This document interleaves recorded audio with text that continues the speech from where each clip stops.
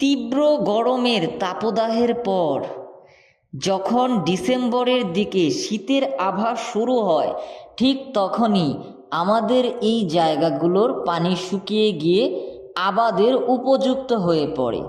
প্রিয় ভিউয়ার্স, আপনারা যারা ভিডিওটা দেখতে পাচ্ছেন, ভিডিওতে যে জমি দেখানো হচ্ছে সেটা হচ্ছে আমাদের জমি।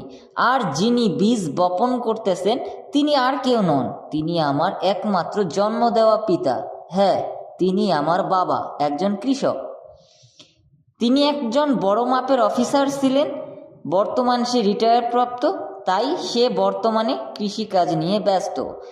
তো এই জায়গাটা যে আপনারা দেখতে পাচ্ছেন, এই জায়গাটা দীর্ঘ 6টা মাস পানির নিচে থাকে।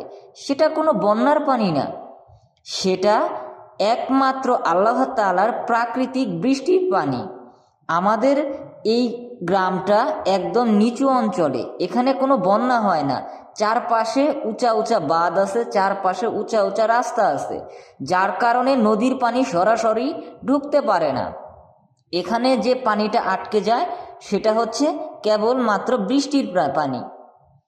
আর এই পানি যখন শুকিয়ে যায় তখন আমরা আবাদের জন্য প্রস্তুত নেই। এখানে বিভিন্ন ধরনের শাকসবজি, বিভিন্ন ধরনের কিছুই চাষ করা যায়। তো প্রিয় ভিউয়ার্স, আপনারা যে পুকুরটা দেখতে পাচ্ছেন এটা হচ্ছে আমাদের পুকুর। এখানে মাছ চাষ করা হয়। আমি যদি বলি এখানে আমি 1 টাকার মাছ ছাড়বো না, 1 টাকার মাছ না ছেড়ে এখান থেকে 1 বছরের মাছ আহরণ করব, তাও আমি পারবো। কেননা এই পুকুরে আমাদের যে মাছ হয় 1 বছর পর্যন্ত আমরা খাইতে পারি।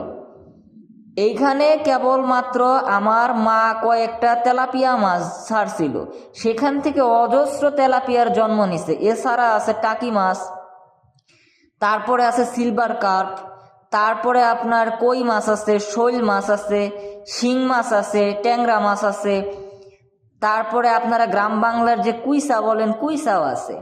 তো প্রিয় ভিউয়ার্স, কৃষি নিয়ে আমার এই পেজ এবং আমার ইউটিউব চ্যানেল সবাই সাপোর্ট করবেন। ধন্যবাদ।